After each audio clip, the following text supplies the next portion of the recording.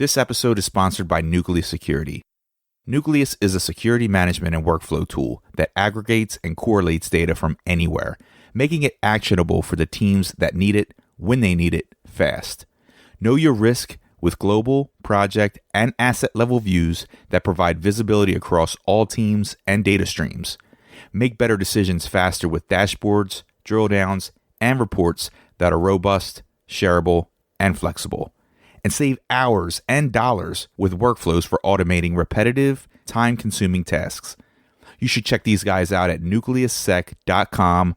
That's nucleussec.com.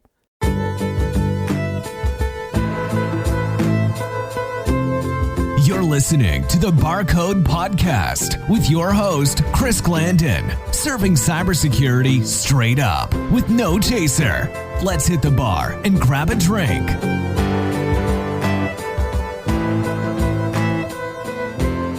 Oh, thank you, sir. Enjoy that drink. Oh, hey, Chris. Tony, you know who that was? That's the OG. Oh, come on, bro. I know who the OG is. And I'm not even in cybersecurity. He's the man. What's up, fellas? Hey, Tony. I'll take my usual. Double makers on the rocks, splash of grenadine. Ah, you got it, Mike. Oh, hey, Mike. The OG is in the building. Oh, really? That's awesome. Shouldn't he be out on his book tour? Oh, we're doing his book tour. We're on it. Tone, I need you to hook me up with a quick and easy drink. I got to go catch this guy before he starts signing books. Bro, I got you. But you just can't approach this OG without a solid drink in your hand. Therefore, we're going to pair you up with the Godfather. You just combine 2 ounces of American whiskey, 1 ounce of almond liqueur, put it in an old-fashioned glass with some ice, stir it, bada bing. Thanks, my man. Hey, Mike, let's take a walk. This could get interesting. I'm in, dude. I'm going to have him sign a copy of my book that I bought. I keep it on me at all times. It's my GPS for success. All right, fellas. We'll see y'all next round.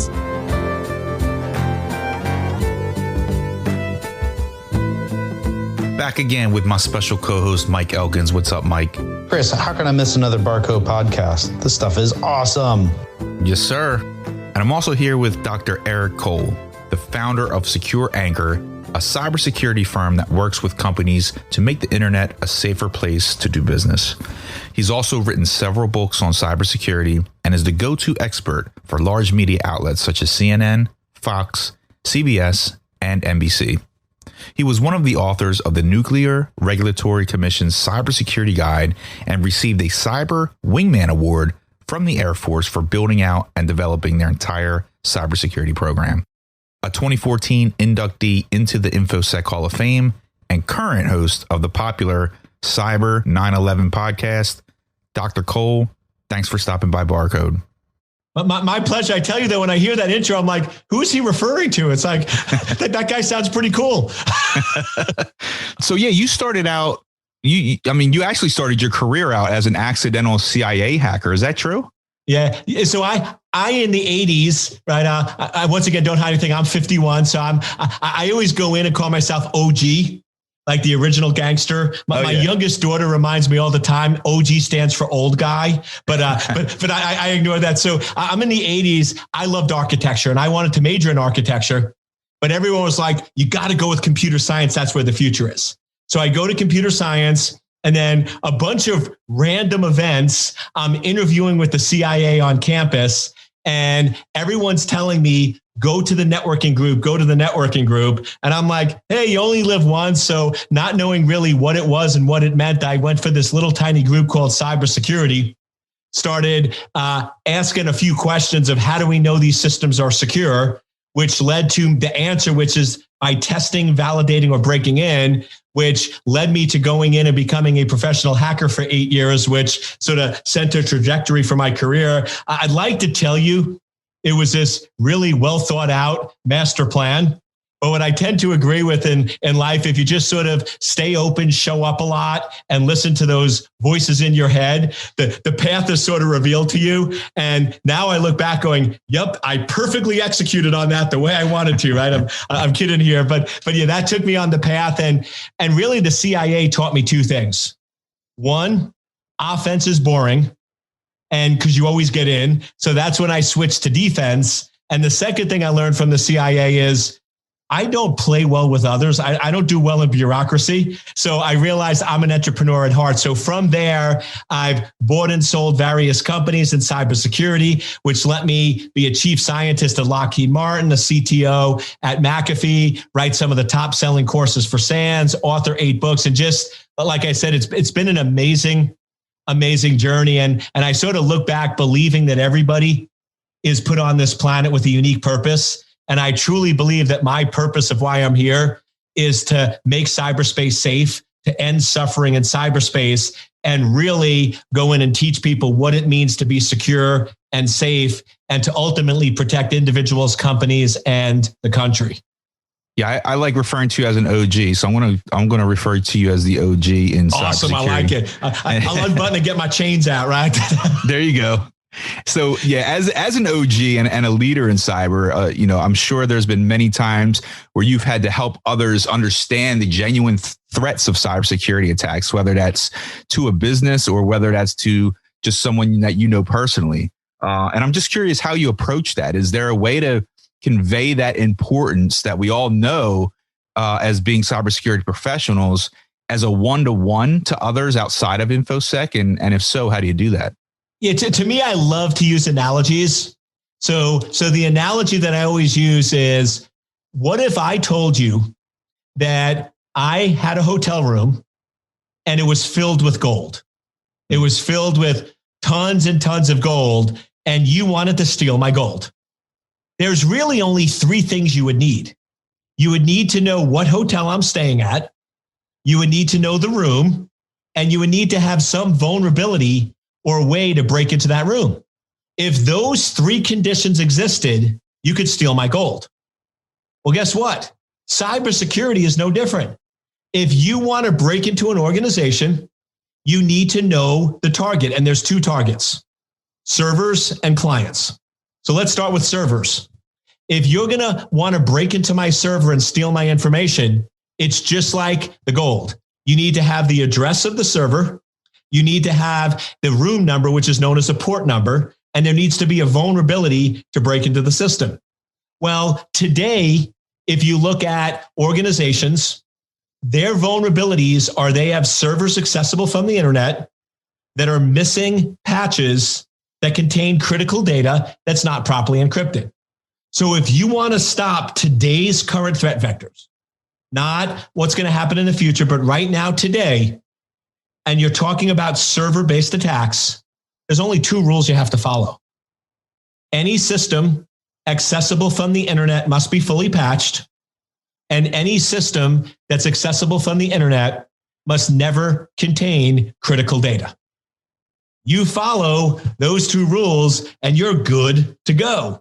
And then the other target are individuals, which has really been expanded because of COVID or the epidemic, where now you have so many people working from home. And that's one of my favorite questions I love asking organizations is, how many new offices did you open in 2020?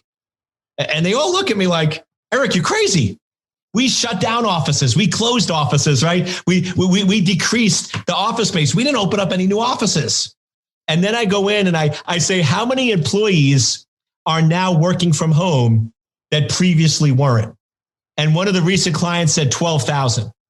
So I said, okay, so you've opened up 12,000 new offices without any security, site reviews, or validation. And it's like, wait for it. And they go, I never thought about that.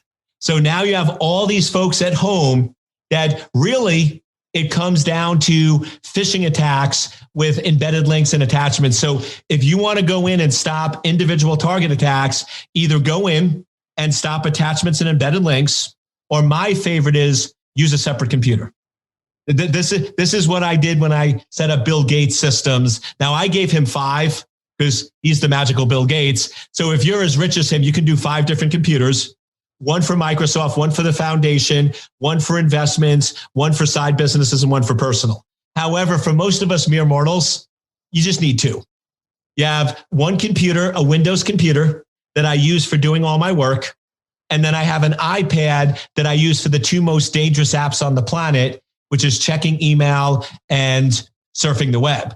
Now, you do that simple task, and now all of a sudden, even if I clicked on a link or opened an attachment on my iPad, the probability that it's actually for an iPad is low because 90% of attacks are Windows-based, and there's no critical data. So if it gets compromised, I just rebuild it.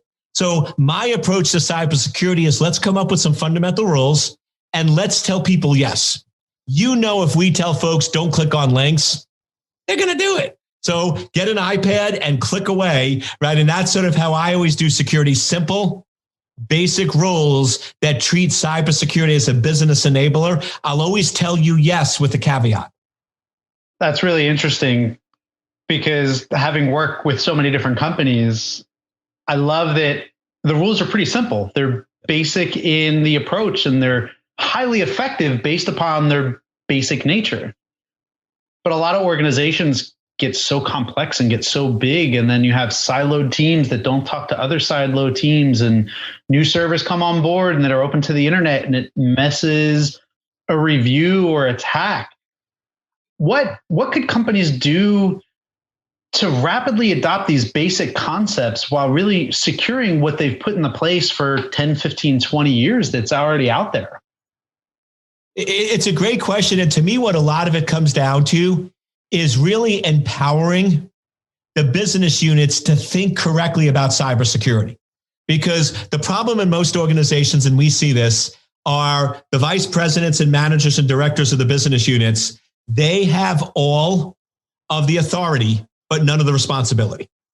And I see this all the time where a business unit at a large company wants to go in and hypothetically, let's say you're a large oil pipeline company, right? And let's just go historical and say Colonial Williamsburg, right? Is the name of it. And you have managers that say, we want to connect the operational production network to the IT network. It's quicker, it's faster, it's easier.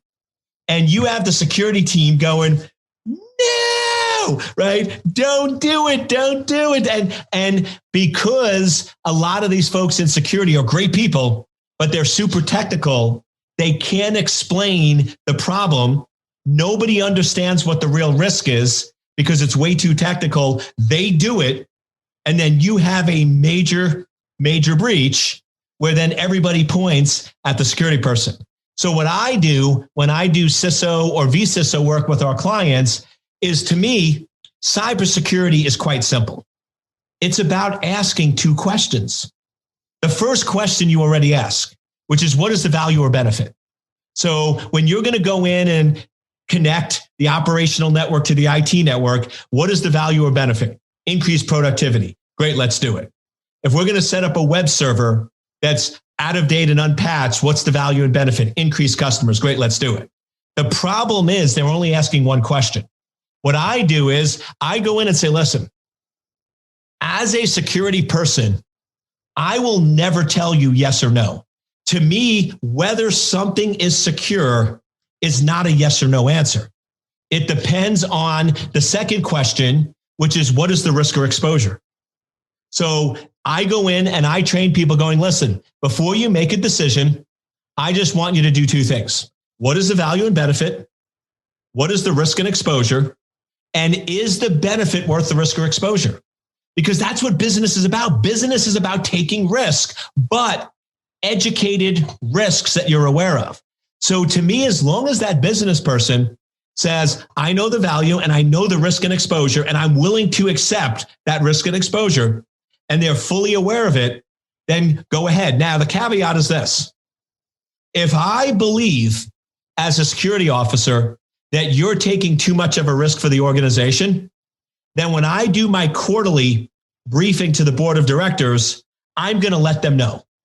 I'm going to say, listen, Chris went in and he accepted this risk on behalf of the organization. I just want you all to be aware. I'm not doing it from a judgment saying it's right or wrong. I'm just saying this was a big risk that Chris decided to take, and I just want everyone to be aware of it.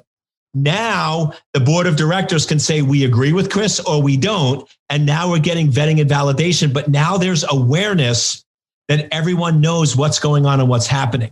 So to me, with cybersecurity, it's not about getting technical. It's about getting high level and training people to think the way they should about value and benefit versus risk and exposure. And is that benefit worth the risk or exposure? I'm a risk taker. That's what I do. We get along too. People think I'm nuts, but what I love doing, my hobbies are base jumping, skydiving, because to me, life is meant to be lived. And you know something? If I don't make it, I don't make it, but I love the adrenaline rush. So yeah, I'm the same way. I'm all about taking risks, but here's the part. I'm fully aware of the risks I'm taking. And that's what the key is. Yeah. The risks are calculated, and the failures or the dangers of that risk are mostly understood, or you've at least made the personal judgment that whatever's not understood, you feel comfortable enough that your skill set or the organization's skill set is going to support you in a way that's not going to let you fail in a catastrophic manner. Exactly. And a great example of that is I had a buddy of mine, Steve, that he goes, dude, you got to take me base jumping. You got to take me base jumping. So I go, great. So we get up early, and with base jumping, you typically have to hike for 4 or 5 hours up the mountain. And then, so we get up super early and we get to the top of this mountain, and it's beautiful. And I'm looking at Steve, and he's getting real nervous. And he's like looking over the cliff and looking at stuff. And he's like, dude, could I die doing this? And I said, yes. I said, if you don't follow what I say, you could die. I said, but if you follow my instructions and you don't screw up, it can be relatively safe. Now, you could still get hurt or injured, but yes, you can absolutely die. And he sort of thinks about it and goes, I don't know if I want to do this. Now, we ended up climbing back down the mountain. We didn't jump that day. Failure on my part because I assumed he knew the risk and he didn't. So now whenever I take anyone base jumping before we climb the mountain, I go, dude, you could die. Is that okay? And I make sure. And that to me is a great example, because I feel that's what a lot of security people do is they're taking people up to the mountain, but they never explain the risk. They never tell the companies what the risks are. And that's why companies do stupid things, because we never told them what the exposures were. So now I always joke with my team is I'm like, hey, did you tell them they could die? And my team knows the story. So that's the situation. Did you explain the risk to the executives in a language they understand? And to me, that's the simplicity of cybersecurity if you follow the rules. Yeah. And sometimes even reaching executives in certain organizations is challenging. So for CISOs that struggle to relay the importance to execs, what would you say is needed to convince them of the risk involved with cyber attacks? The most important thing is we need to convince them or retrain them that we speak their language, that we speak English. I do a lot of roundtables with CEOs, and I hear the same thing over and over again. Eric, I want to know about cybersecurity. The biggest concern as a CEO is cybersecurity. And the explanation is this. It's the one thing they don't understand and they can't control. A CEO looked at me and said, Eric, I understand the economy. I understand market. I understand competitive analysis. I understand what could happen. Even COVID, I understood that these things can happen. But cybersecurity is this unknown. It's this ghost in the darkness that I'm unaware of, and nobody will explain it to me in a language. And I said, well, did you talk to your security team? Yes, I don't speak English. So here's what happens. The CEO contacts the head of security and they say, I want to have a conversation on security. So what does a security person do? They spend 3 weeks putting together a 50 slide deck, showing them everything that security person would want to know about cybersecurity. They have all the false positives and negatives and charts and analytics and diagrams and all this great stuff. And they go in, and after 3 minutes, the CEO is like, I don't know what language this person's speaking, and they're on their phone and they're ignoring them, because here's the problem. Most people were trained on an incorrect phrase, which was treat people the way you want to be treated. That's wrong. You treat people the way they want to be treated. So you're giving a presentation for you that you think is awesome. They don't get it. So I'll make it once again. My rules are real simple. When you talk to a CEO, they only care about 4 things. What could happen? What would be the cost if it happens? What is the likelihood of it happening? And how much do I have to pay to stop it from happening? That's all they care about. So I'll go in when I train up CISOs that are new, that are still too technical, and I'll be like, you get 1 slide, and I don't want to see any technical words. If you're saying false positive, if you're saying firewalls, if you're saying IDS, if you're saying packets, if you're saying route, they don't give, you know what? All they care about is what could happen in business terms. You could lose the business. You could lose 50% of your customers. What is going to be the cost? What is the likelihood of this happening? And what do you want to spend to fix it? And if you go in with that, not only will you be respected, not only will you have a seat at the table because you speak English, but I've never had a situation where I don't get the money I requested, because I'm never going to go in and ask for stupid. If you go in and say, hey, there's this thing that could happen, and if it happens, it's going to cost $100K, and there's a 10% chance of it happening, and I want $400K to remediate it. Stupid. No, if you do that, you're not going to get requested. Or what most security engineers do is they do this. There's some really bad stuff out there. I can't tell you how really bad it is, but it's really, really bad. And it's really, really bad. And you have to trust me that's really, really bad. Can I have $500K? Who's going to give you the money, right? Now I'm over exaggerating, but that's close to what we're doing. However, what if I come in and I tell you, listen, I use analogies again at your house. We get storms in Northern Virginia every three to 4 a month. And based on the current condition of your roof, it's 14 years old. There's a 90% chance that when we get heavy rain, it's going to destroy your roof. It's going to go into the attic, and it's going to cost $100,000 worth of damage.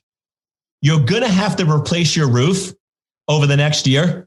Since I'm going to be in your neighborhood, I'll give you a discount and I'll do it for $15K. Who's going to say no to that? Right. It's common business, but that's the problem. We don't present both sides of the equation, or we don't speak English, and therefore executives shut down. I like that concept too, the way you tied in not just an understanding of what the challenge is with your analogy of the house and the roof, and not just the impact of it, but you also tied in a little bit more of the sales closing of, by the way, I'm in the area and I can do it at X percentage discounted rate. And you just, in theory, if you're communicating effectively and they're understanding your points of view, it should be a very simple conversation, and it should be a simple yes or no. And from there you move on.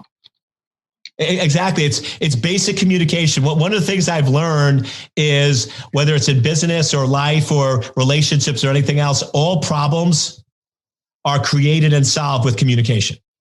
Now, well, once again, I'll go a little tangent.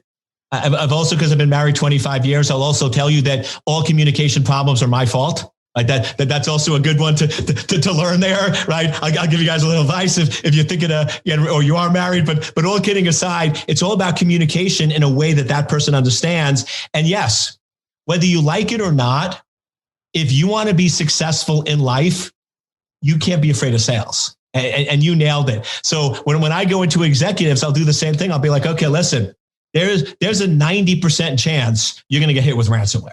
It's going to happen.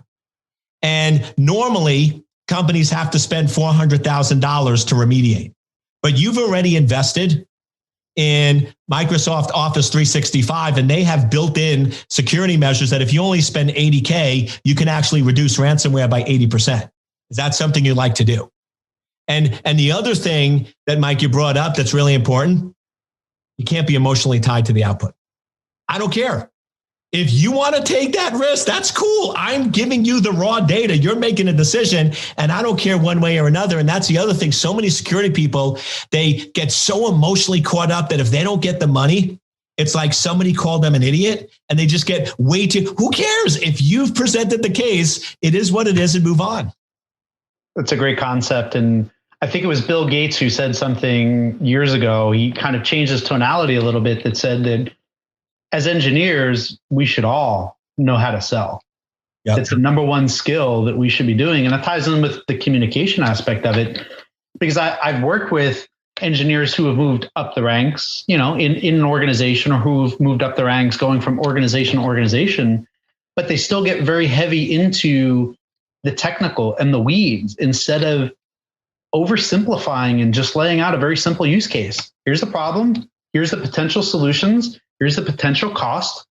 Let's, like you said, I'm giving you nothing more than data and the expertise of my team and our organization. The decision ultimately is up to you as to how we best proceed. Yeah. And just playing off Bill Gates, one of my other favorite quotes from him is, if you believe that a decision is the right thing to do and the other person is not doing it, either you didn't give them proper data or maybe you're wrong. And that's the key thing there is, if you believe that, I honestly believe the company should spend $200K on this and the executives aren't doing it, it means I either didn't present a strong enough case or I'm wrong and they shouldn't be doing it. And if we have that mindset, once again, it changes how we go into that meeting. In regards to a CISO's technical aptitude, obviously it would give them an edge, although would you consider it a qualification for that position? Yeah, to be a world-class CISO, you need to be a translator.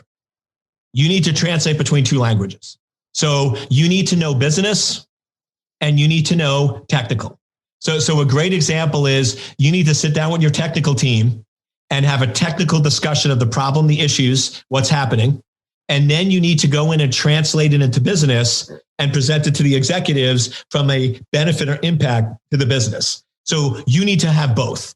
Now, if you look at any really good translators, you're always going to have one language that you're a little more comfortable in or that you speak a little better. And I find with most CISOs, that's usually technical. Most of the world-class CISOs start off with 4 to 5 years in cybersecurity. They then learn the business and they become that CISO. Now, you could do the opposite. You can be very strong in business and learn cyber, but you do need to know both. Here's the problem, though, is you need to know both and switch your role. What happens is in most, not all, I got to be careful because people always misquote me. You said all. No, I didn't. I said most people that have been in cybersecurity for 10 or 12 years are so comfortable in technical because you've done it for 10 or 12 years. And that's what you know, and that's what you love. And you default to that without even realizing it. And then you assume that a CISO is a technical position. And that's when you fail. That's when you're not good. A CISO is not a technical position. You need to have some technical knowledge and some business knowledge to be successful, but it's a strategic translating position. It's not technical. And that's what I think the big problem is in many companies, it's viewed, I work for you for 10 or 12 years. I am a world-class security engineer. Therefore, give me the title of CISO because I'm cool. And they continue to be a world-class security engineer. And the executives don't trust them, understand, or listen to them. And that's devastating. So you can be world-class security engineer, but if you want to be a CISO, you got to switch gears. You got to put on a different hat and be strategic. And if you're not willing to do that, you will not be successful. How do you gain that business experience if you are a veteran engineer or someone that's more technical and needs that strategic or business perspective? Excellent question. And that's what a lot of folks miss. So you can't learn it. You can. So a couple of ways. One is reading. I mean, to me, books are probably the most amazing thing on the planet. You can take somebody like a Richard Branson and for $20 get his knowledge. I'll pay $200,000 right to learn. So to me, there's some really good business books out there, like Blue Ocean Strategy is a great book. Play Bigger is a great book. And then Principles by Ray Dalio. To me, if you want to be a CISO, those 3 books you should read every single year. I read them whenever I'm struggling with my business. I'll pull out one of those books and just say, okay, what am I missing? What do I need to adjust? What do I need to tune? And so it's Blue Ocean Strategy, Play Bigger, and Principles by Ray Dalio. Those are core books. So that's one way. Second, and this is the one that I think is the most valuable that people are afraid of, ask for help. Go in and ask the CFO at your current company. Go, listen, I know we have a world-class CISO. I'm not trying to take their job. I would like to be a CISO or a deputy CISO here or somewhere else, and I'd like to understand business. Would you be willing to spend 45 minutes once a month just reviewing balance sheets and profit and loss statements with me? Now, the initial response of most people is they're not going to do that. Why would they help me? Right? You have this view that people are evil, but I'll tell you, most people got to where they are because other people helped them. So if you ask for help, you'd be amazed. I go in and I've never had somebody report back that this failed. I said, I want you to go out on LinkedIn and identify 100 CFOs that work at companies you would like to be a CISO at. And I want you to blindly, you don't know them. I just want you to reach out and say, hey, I'm Eric. I admire what you've accomplished as a CFO. I would like to be a CISO at a company like yours one day. I was wondering if you'd have a 45-minute conversation to give me some advice. Now, your goal is to get one yes. If you ask 100 people for help, I'm pretty sure you're going to get one yes. If you don't, then it means one of two things. Either you're an a-hole or you're really good at attracting a-hole. Right? I'm kidding you, but the point is I've never, ever had a situation where after 10 or 12 people, they don't say no. People want to help, but you have to be willing to ask for help. Now, when you achieve that level of power, there's also negativity that comes along with that. One, from others that are envious and just want to hate on you. And two, from those aspiring to reach that level, although aren't getting the proper guidance they need from those already at the top. In order to help define the next wave of leaders, what would your advice be to them to help them get through that barrier? Yeah, so there's two great things in there. So the first one is when you're successful and you do well, there's going to be haters. And I guess my response to that is good, and who cares? Mm-hmm. So what? If I believe that I'm making a difference and I'm helping folks and other people don't like what I'm saying, who cares? If you're going to live your life worrying about what other people think, then you're not going to be very successful. Right? Every successful person has a long list of haters. So to me, you got to change the mentality. And the way I overcame it was, and I'll be honest with you, I was that person when I started putting myself out there and doing leadership and social media and all that. I would put a video out and I would get 200 or 300 people. This was awesome. This was great. This was so insightful. This changed my life. And now you think somebody saying you changed their life would be important? Not me. The one person that was like, you look like an idiot and you're stupid and you don't know anything and you shouldn't do this anymore. That was the person that would bother me. And like to a point of like obsession. And I would like try to reply back going, but why don't you like me? Everyone, and then finally at one point I'm like, what's wrong with you, man? Right. So now I've switched it. If I put out a video and I don't get at least 5 haters, like that say something negative, I'm like, okay, I didn't push the envelope. Because if I'm not pissing some people off, I'm not making a big enough difference in the world. If I'm saying stuff that everybody on the planet agrees with, I'm not saying anything new or revolutionary. And if I want to change cyberspace, I need to do that. So I made it a game where now, like with my team, they're like, dude, you got 17 haters. Yeah. You know what I mean? So like embrace it and play it to your strength on that front. And then the other piece is, to me, you're never going to get to the top without people helping you. So when you get there, reach down and help others. I'm very big on mentoring. My team always is like, Eric, you get paid significant amount of money to do keynotes, yet I will go to high schools and churches and give free keynotes. And they're like, why do you do that? I'm like, because I want to help the next generation. There were people who came to my high school and presented that changed my life. And I want to do the same thing. So we need to also remember that, hey, people are going to help you, but you need to help others. And I think it's that balance of having a filter that the people that just don't like you, who cares? And the people that do like you, help them out and build that tribe. And that's really, to me, what success is all about, is not making a lot of money, but making a difference. I want to follow up on one thing you said about the book suggestions. Ray Dalio's book is an amazing book. I just finished Principles. I bought the child version of Principles, which is pretty pictures. I didn't buy that, but I saw he did that. I bought that one because the other book's like 600 pages. That's a deep book. However, he also has an app now that you can download on your phone where you get daily principles, daily information, coaching. Cool. So I would, if you have not experienced the app, I would highly recommend it. Oh, I'll definitely do that. And well, one thing to all the listeners out there is the book Principles. You definitely want to buy the hard copy. You don't want to do Kindle because it's structured where he has individual principles with sub theories behind it, and it just doesn't read well on a Kindle. The other books you can do Kindle, but that one, it's 600 pages. Don't get overwhelmed, right? My rule that I do is an hour a day you read. And if you don't think you can read an hour a day, send me your schedule. You don't need to play Madden for 3 hours. You don't need to watch Game of Thrones. Trust me, everybody has an hour that they can read. And here's what I learned. Blue Ocean Strategy.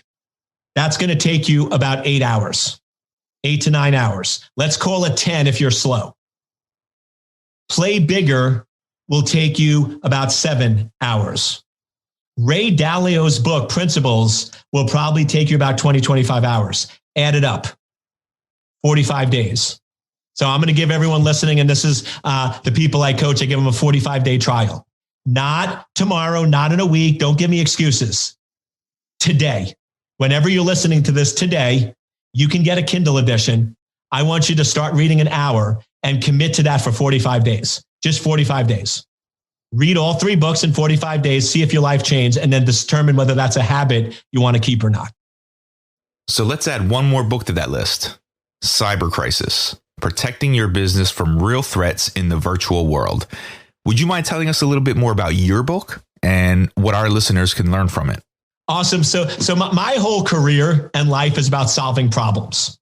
And the big problem that I'm solving is, why do organizations get compromised when it's straightforward ways to fix it? So if you go back to 2000, I felt that the problem was you didn't have enough technical people. You didn't have enough people that understood the technology. So I solved the problem. I wrote a book, Hackers Beware, and I created one of the best-selling courses, Security Essentials. Then I did that for 15 years, building up a huge cadre of people with technical knowledge. Then about 5 years ago, I said, okay, the problem now is not that we don't have technical people, but individuals, parents, teachers, doctors, lawyers don't understand that they're a target and cybersecurity is their responsibility. So I looked for a solution. One didn't exist. So I wrote Online Danger. Then about 2 years ago, I said, wait. The real problem is 2 things. One, executives don't understand cyber. So I said, I want to have a business book that doesn't have any technical language, written purely in business language and money, that's easy to read with examples and practical things you can do to protect a business for executives that you can read in 2 to 3 hours. I looked, it didn't exist. So I went in and I created Cyber Crisis. The second problem to me was you didn't have chief information security officers that understood business. Chief information security officers were too technical. So we needed a certification class that somebody with 3 to 5 years experience could go in and become a CISO, a world-class CISO. So I looked for training, didn't exist. So I built it. So those are my two big pitches right now. If you go to secure-anchor.com/cybercrisis, that's the book for executives. If you go to secure-anchor.com/CISO, that's my CISO cert. And those are the two big problems I'm working on right now to try to raise awareness with executives and get strategic thinkers within the business. And I believe if we can solve those, then we can start making a real difference in protecting and securing our businesses and our infrastructure. So I know you probably have a couple of different thoughts. I would eventually like to get to a little bit about your childhood and your background. What's drawn you to the security world? I know you mentioned you had some folks in high school that kind of came into some speaking engagements. I'm sure somebody from the agency or another 4-letter agency has kind of gotten to you in the back of your head. But for me, I got into technology because I had a technology class in school, and it was old computers with floppy disks, and I was just drawn to it. And I've been in and around technology my entire life. It's a passion. How did that work for you? You might think I'm kidding, but there actually is some seriousness to this answer. So when I was a kid, I loved taking things apart. Like my mom joked when I was 4 or 5 years old, she couldn't leave me in the room because I would take the lamp apart. I would take the telephone apart. I just was always fascinated with how things worked and how things operated and function. So that's sort of data point 1.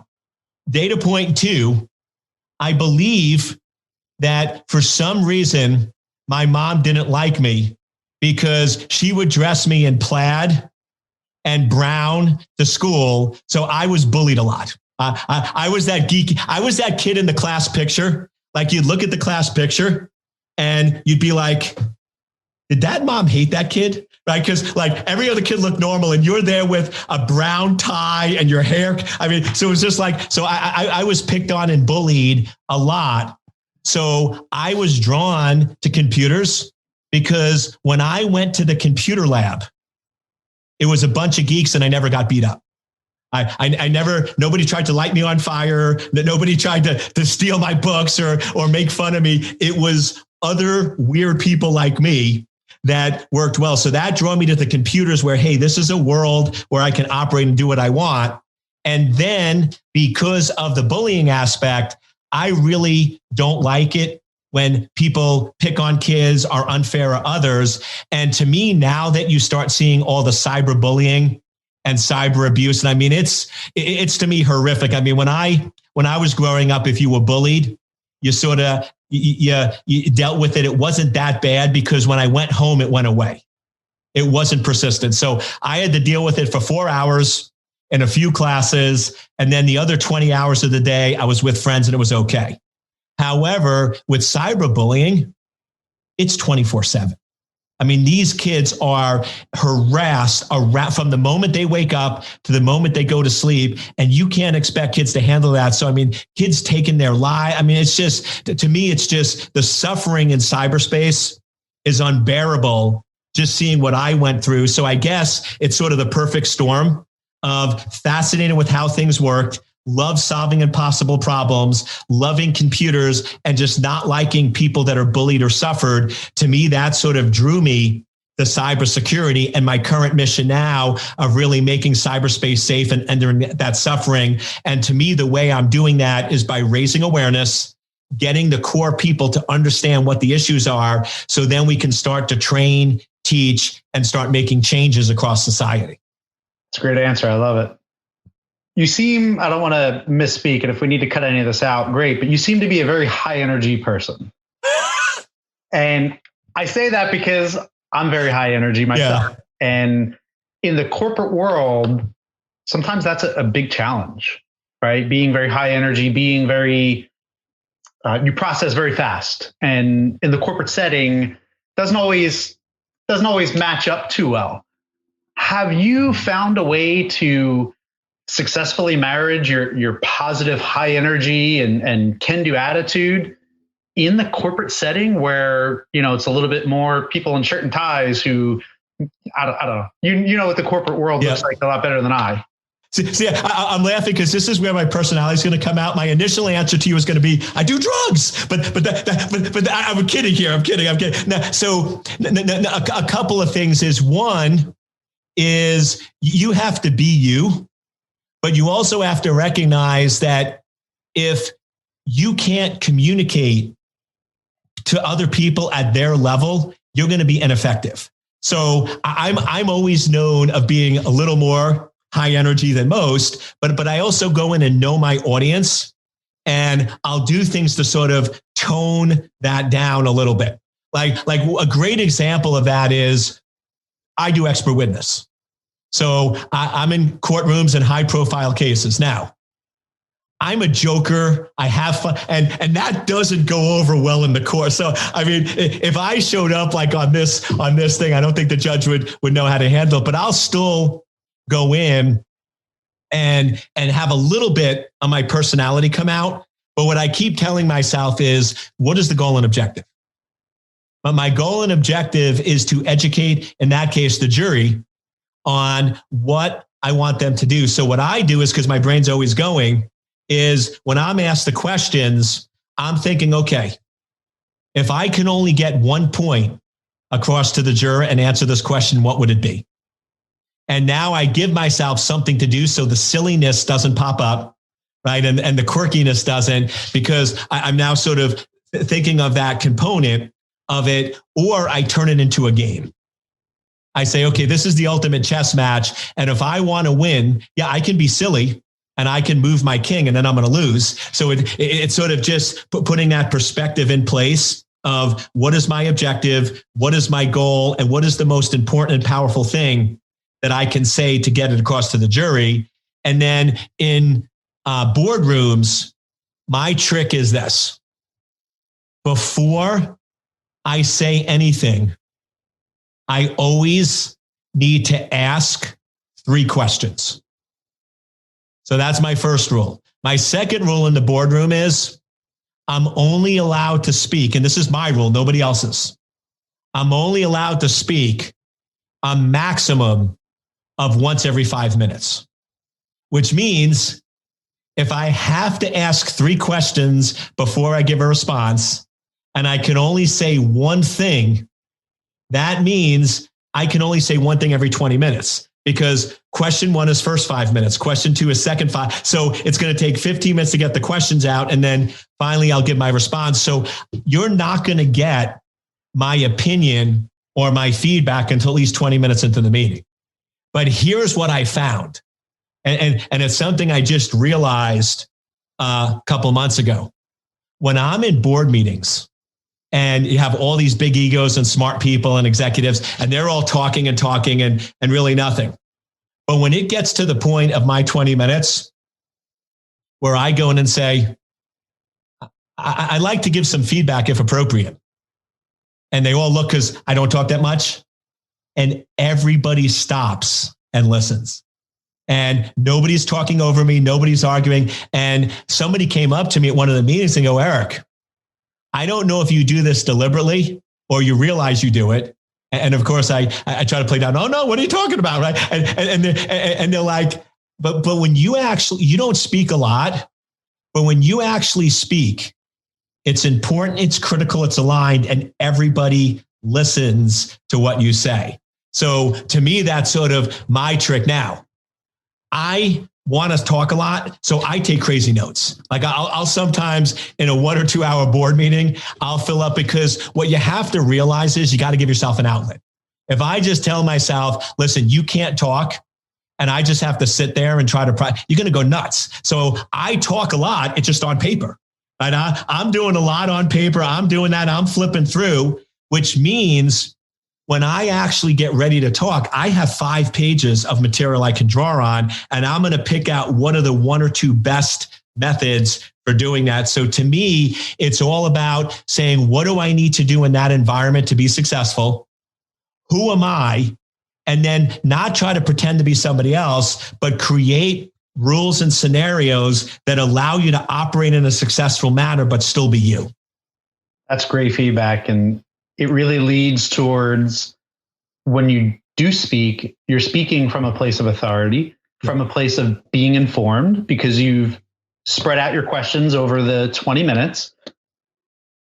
And I like to taking the notes, because I'm very similar, right? When I'm in meetings, I'm constantly typing away or writing notes and kind of having little arguments with myself. Like if I want to bring this thought up later, how can I circumvent what somebody else is going to say on paper before I open my mouth? Doesn't always work. Sometimes, I get a little over too excited, but the more at bats you have, the more you can fine tune your process and your verbiage to executives and non-executives alike.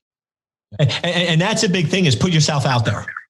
You're going to have some meetings where you're good and some meetings where you're bad. And sort of my favorite example is I grew up in New York, so Yankees, and I was a Reggie Jackson fan. And Reggie Jackson at the time broke the home run record. He like in his career, I think it was 1,400 home runs. That's what he's known for. Most people don't realize he also holds the record for the most strikeouts. He struck out over 3,200 times, but if all you did was strike out and you never hit the home runs, you'd be known as the strikeout person, but it's always your greatest component. So to him, even though he struck out a lot because he swung the bat more than anyone else, you know him for what the results are. So that's what I always tell myself. If I make a mistake or I screw up, or I'm like, yeah, I probably shouldn't have done that. I'm like, you know something? There's no possible way you're going to hit home runs without striking out. It's impossible. You're not going to get up to bat and hit a home run every time. It can't happen. It's just not mathematically possible. So I'm like, cool. One up back closer to a home run, right? The more strikeouts I have, I'm getting closer, right? You make the game out of it, but you just sort of tell yourself. And I stole that from Reggie Jackson, because I love that in an interview. They go, well, at one point in your career, you struck out like 4 games in a row. And he's like, yeah, isn't that awesome? And they're like, what do you mean? He's like, I knew that I was closer to the home run because no one's going to strike. And it's just the mentality that you set up is you create a positive environment for everything as opposed to a negative. I love it. So, yeah, where does MJ rank on the number of missed shots? He's got to be up there. Yeah. And the other thing with them, though, that I love, and we'll use MJ Michael Jordan there, is everyone looks at him as, he was blessed with this unbelievable ability. And yeah, maybe he was, maybe he wasn't, right? He clearly has height and arm and a couple of factors there. But here's what everyone misses about him. When he was playing for the Bulls, he would show up to practice 2 hours before everyone else. And when practice ended, he would stay an hour afterwards. And on games, after the game, he would typically be back on the court 1 or 2 in the morning, just practicing and adjusting what went wrong. So yes, maybe or maybe not, he was given talent that others didn't have. But the reason why he's the greatest is because he worked harder than anybody else on the court. And to me, that's the messaging that I think everybody misses when they look at these amazing athletes. And whether it's movie stars, rock stars, professional athletes, what they miss is if you're going to be the greatest, it doesn't matter your talent. If you're not the hardest working person out there, you're not going to be the greatest. And to me, that's the thing I always joke with everyone is you might be better than me, smarter than me, than faster than me, but you will not outwork me. And everyone at the gym knows if you get on the treadmill next to me, I don't care meetings, and you can ask my assistant, I've missed meetings. If you get on the treadmill next to me, I'm going to go faster than you and you're going to get off before me, or I'm going to get taken to the hospital. But you will not outwork. And people like get on and they test it out. And they're looking at me and I'm looking at them, and 45 minutes and they're like, are you going to get off? I'm like, not until you. And they're like, don't you have a meeting? So I'm like, I don't give a crap. I am not going to let you beat me. And I think, to be honest with you, it's a little bit of a weakness if it's not controlled, right? Because it's a little obsessive. But the point is, you got to remember that the greatest people out there that achieve what they want work harder than anybody else. And I think that is often missed, where they think that MJ was this lazy bum. He was a competitive, aggressive person. So if you want to achieve your goals, you're going to have talent, but get up earlier, stay later, and outwork everyone else in your office. If you're not the first person in and the last person to leave, your probabilities of success are a lot lower than anybody else. Kind of follows that old saying, how you do one thing is how you do everything. And having that competitive nature in and outside of work. Like I was trying to motivate Chris the other day, telling him about my crazy runs. And I did 6 5Ks in a day. And most of it was with a 20-pound weighted vest, just because I want to make sure that I have that mental mindset of when you hit those barriers, whether it's in a boardroom or you're working late or you have to give up the weekend because of a ransomware attack, you're good to go because you've built that resilience and that mental toughness that it doesn't matter what happens. You can adapt, improvise, adapt, and overcome any challenge as long as you keep this going. Yeah. Life, cybersecurity, and everything is a mind game. This is what's going to either allow you to be successful or screw you up. This doesn't matter, right? And I don't want to pick on any athletes, but I mean, we've all seen them in different sports where they're amazing, top of their game, and they just can't control their mind and they just collapse. And to me, because it's such a mental game, you see this in golf. You see these guys that come out there and win a couple tournaments for a couple of years and they're like, oh, they're going to be the next Jack Nicklaus. And in 5 or 6 years, they just burn their life down because they have the right physical, but they just can't manage this. So my bartender is yelling last call. So do you have time for one more? Let's do it, man. All right. If you opened a cybersecurity themed bar, what would the name be? And what would your signature drink be called? Remember we did the weirdness factor. So now I wasn't sure which is which, but I think the name of the bar would be Hack Naked.